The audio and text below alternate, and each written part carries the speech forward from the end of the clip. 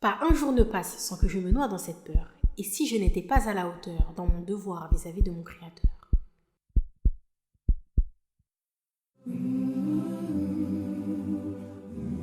Assalamu alaikum wa rahmatullahi wa barakatuh.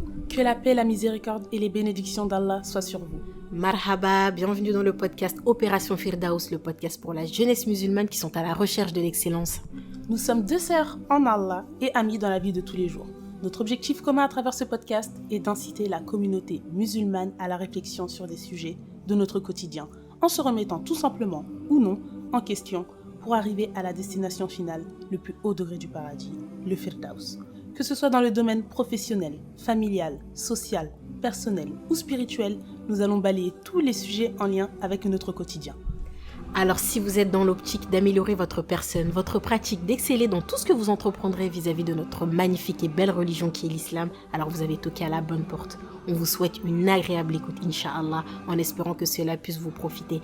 Barakallahu fikum. Qu'Allah vous couvre de sa bénédiction.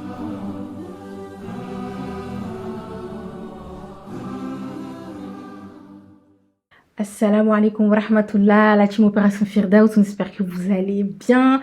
C'est vrai, ça fait très longtemps Très longtemps. Qu'on ne s'est pas parlé. On ne s'est pas parlé. Ouais, et tout. Ça fait longtemps. J'espère que ça va, vous allez bien. Je vais vous dire, mais où est-ce qu'elles sont passées et tout. En plus, vous êtes gentils, vous avez envoyé des messages pour savoir quand est-ce qu'on reprend et tout.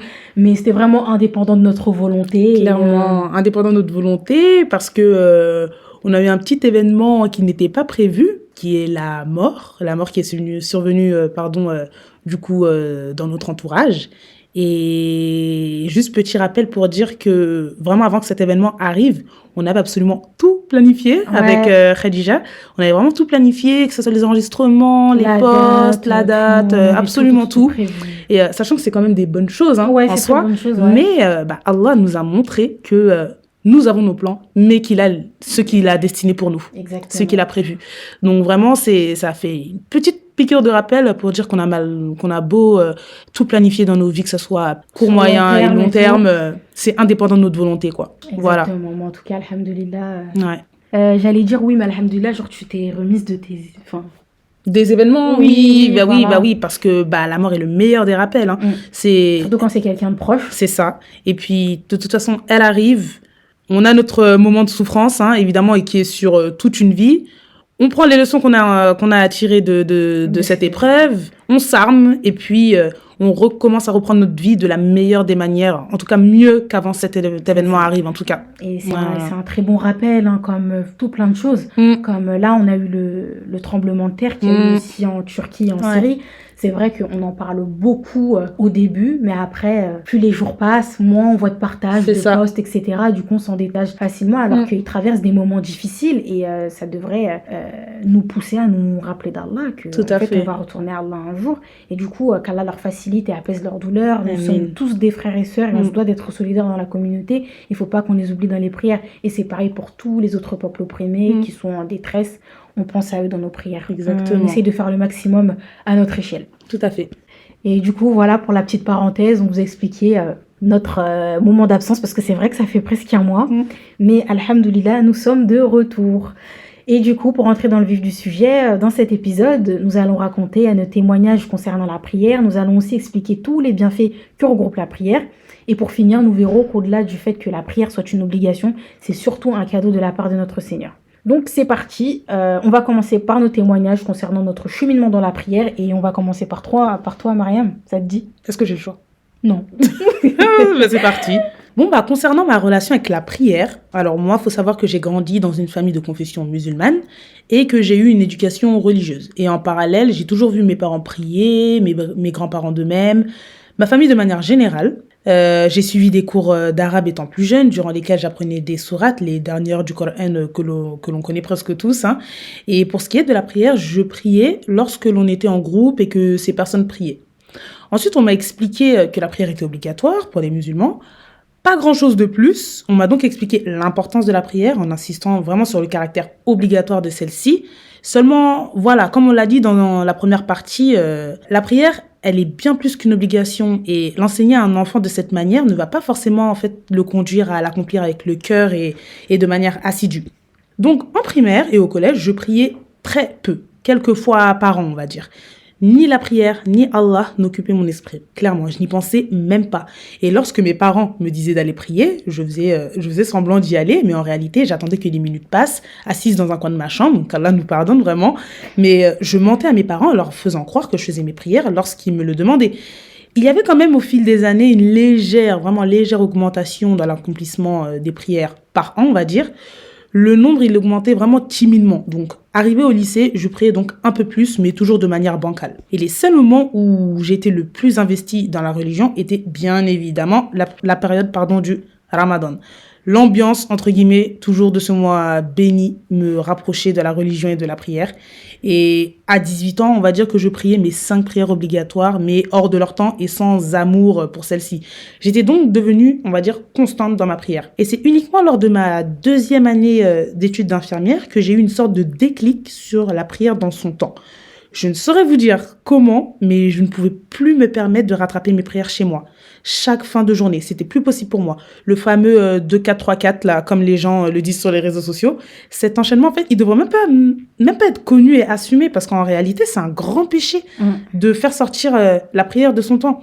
Et une fois que je m'étais mise en tête le fait de prier à l'heure, une fois que mon cerveau avait assimilé cette information, plus rien pouvait m'arrêter. Je faisais toutes mes prières à l'heure. C'était devenu en fait inconcevable pour moi de ne pas faire mes prières ou de les sortir de leur temps. Donc, où que je me trouvais, je priais. Même parfois dans des endroits insolites. Et quand on y pense, faire sortir la prière de son temps, parce que l'on est au travail, c'est un paradoxe incompréhensible. Comment on peut se permettre de sortir une prière de son temps pour adorer le Créateur des cieux et de la terre, pour un travail que ce même Seigneur pourvoyeur nous a accordé? Cela n'a pas de sens en fait, pour toutes les autres obligations d'ailleurs. Donc voilà, et depuis, alhamdoulilah, je ne dirais pas que je fais absolument toutes mes prières à l'heure à 100%, mais dans la majeure partie, je me débrouille en tout cas par tout moyen pour que ça soit le cas. Ouais, qu'Allah nous facilite. Amin. Et c'est toujours aussi magnifique, hein. Bien que tu m'aies déjà raconté cette histoire, c'est comme si je découvrais, c'est comme si je découvrais à nouveau, et c'est ça la richesse des témoignages, c'est toujours parlant, et tu arrives toujours à t'identifier. En tout cas, merci d'avoir partagé ça, et Allah te récompense. Hein. Je t'en prie, je vous en prie, Amin. Et à ton tour. Oui. Khadija. Je vais parler. Alors, j'ai grandi dans une famille musulmane où, depuis petite, en fait, on m'a inculqué les valeurs de l'islam et très tôt, on m'a parlé d'Allah. Petite anecdote, la première fois que j'ai appris qu'il y avait des gens qui ne croyaient pas en Allah, j'étais choquée. Hein. Pour moi, il y avait juste des religions différentes, mais tout le monde croyait en un Dieu unique. Genre, pour moi, c'était un truc de fou. Donc, pour vous dire à quel point on m'a éduquée en parlant d'Allah. La prière chez moi, ça se faisait en groupe avec mes frères et sœurs, ma mère, mon père, qu'Allah les préserve, amin. Nos journées étaient rythmées en fonction de la salade. Je priais avec eux, pas forcément avec envie, mais plus par mimétisme, on va dire. En plus, je suis la dernière de la fratrie, donc je reproduisais beaucoup ce que faisaient mes aînés. Et arrivé au lycée, là, j'ai commencé à avoir des journées longues, vous savez, les 8h, 17h, tu rentres, t'es fatigué et tout. Et au lieu de prier, j'allais dormir parce qu'en fait, j'avais pas décroché cet amour-là que j'avais envers la prière. C'était beaucoup du mimétisme, comme je vous ai dit. Et cette situation a duré un très long moment et je n'étais pas fière de moi et ça me rongeait de l'intérieur. J'étais triste et vide et limite en déprime. Mais je gardais toujours le sourire et tout devant les personnes de ma famille ou mes proches. Hein. Je voulais me confier à un membre de ma famille, mais c'était très dur pour moi parce que je culpabilisais. Je me disais, mais c'est la honte. Genre, depuis que t'es petite, on t'apprend à prier. Papa, il s'est donné pour nous transmettre tout ça. À la maison, tout le monde prie et toi, tu vas leur dire quoi? Genre que t'as la flemme. Et là, je me suis dit non, je me suis renfermée sur moi-même et les seules fois où je priais, c'est en groupe avec mes parents, mais la motivation n'était pas au rendez-vous. Et je me posais beaucoup de questions. Mais genre, Khadija, comment tu peux te proclamer musulmane sans prier? Genre, tu es hypocrite. Et pourtant, tous les jours, j'essayais de prier. Mais c'était un combat dans lequel j'étais perdante à chaque fois. Le même schéma se répétait. Je priais pendant 2 jours, puis rebelote. J'abandonnais à nouveau. Et là, j'étais désespérée. Je me pensais vraiment irrécupérable. Et je comprenais pas pourquoi je n'y arrivais pas. Et je remettais tout le temps la prière au lendemain. Et le shaitan, les waswas, en fait, ça m'aidait pas du tout. Tu sais, il me disait dans la tête, en gros, tu prieras plus tard, t'inquiète, t'es jeune, t'as encore le temps et tout. Et malgré cela, je n'ai pas lâché l'affaire. J'ai persévéré avec endurance. J'avais peur, en fait. Peur que mes parents aillent en enfer à cause de moi, à cause du fait que je ne priais pas. Peur qu'Allah leur reproche de ne pas avoir accompli leur devoir de parents en m'apprenant la prière, alors que c'était moi la seule fautive dans l'histoire. Mes parents avaient tout fait pour m'inculquer la prière et ont toujours montré le bon exemple. Ils n'ont jamais lâché leur salade. Et après réflexion, je me suis levée, j'ai fait mes grandes ablutions, j'ai prié, j'ai fait la shahada et j'ai invoqué Allah comme je ne l'ai jamais fait auparavant. Et je pense que jusqu'à maintenant, je n'ai jamais invoqué Allah comme je l'avais fait là.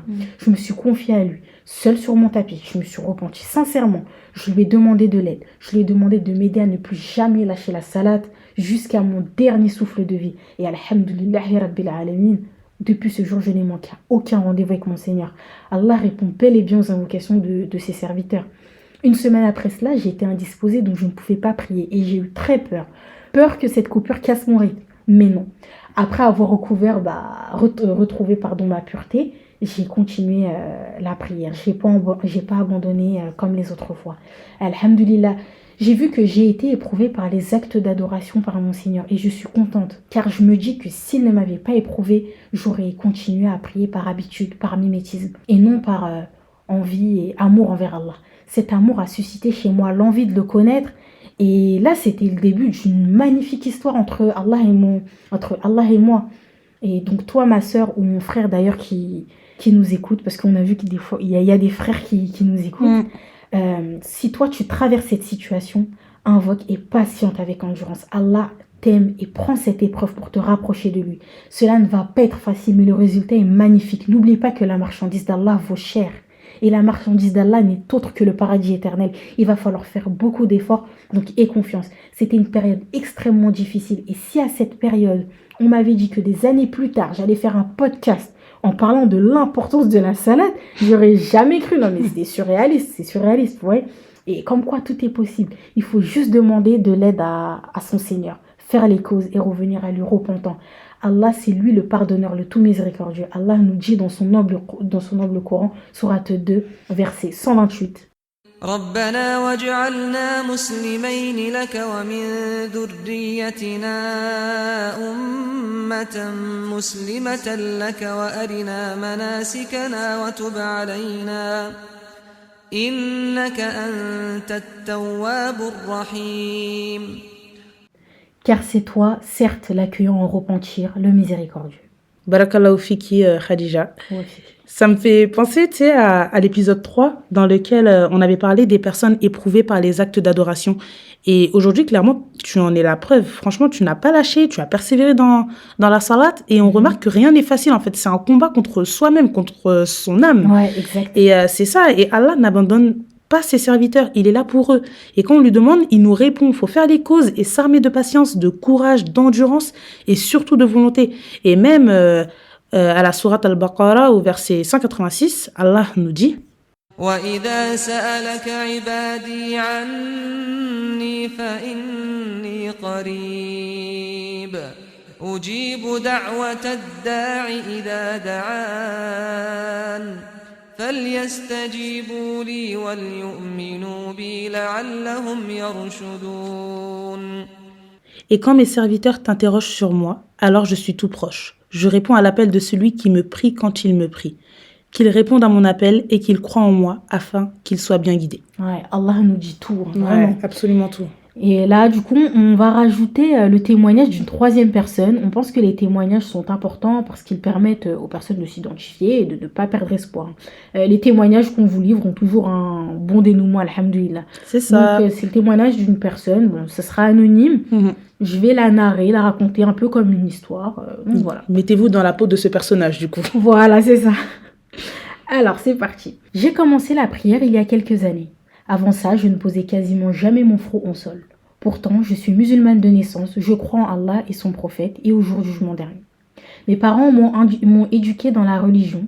Ma famille est très pratiquante. Ma mère a été capitale dans mon apprentissage et l'inculcation de l'islam. C'est elle qui nous a beaucoup appris, nous a intéressés à l'islam d'une manière toujours douce et pédagogique. J'aimais ma religion profondément et mon éducation reflétait les valeurs de l'islam. La prière n'était pas encore obligatoire pour moi à cette époque, alors je priais rarement, pour les occasions, l'Aïd ou le Ramadan.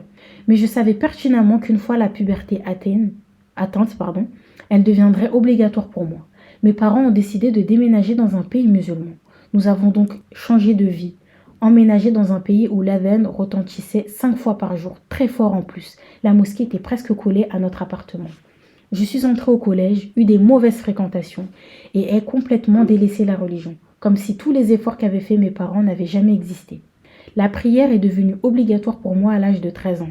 En réalité, à cette période-là, je voyais plus la puberté comme rendant obligatoire le jeûne. La prière, pour moi, c'était secondaire.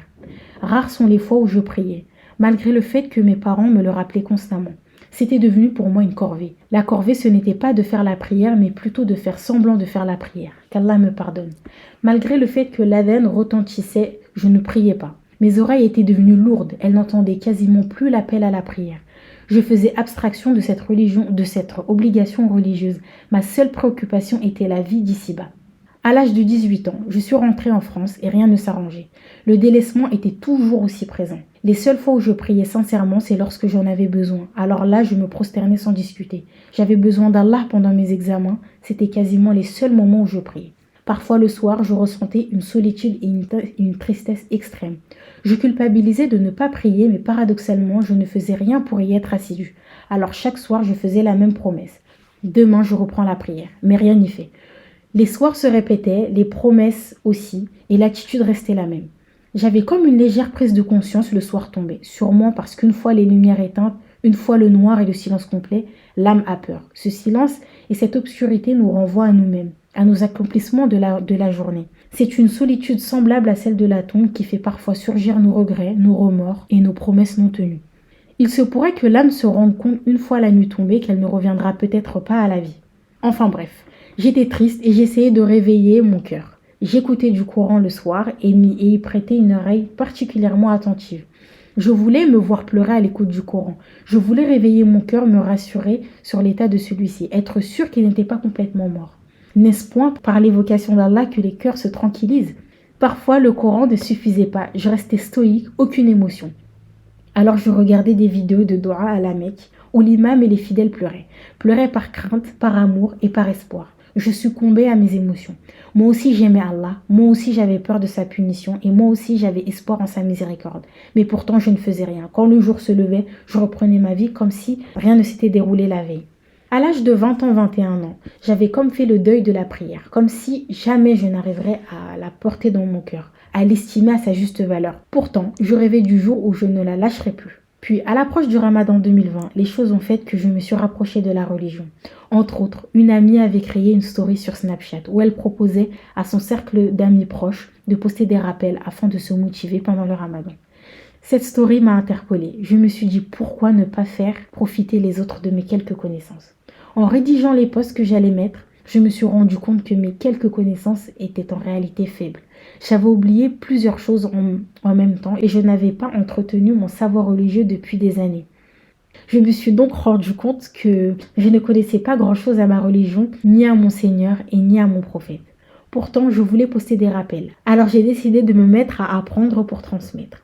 J'ai enchaîné les rappels, les sermons, les audios, je ne m'arrêtais plus. Je découvrais de jour en jour l'islam comme une personne qui venait de se reconvertir.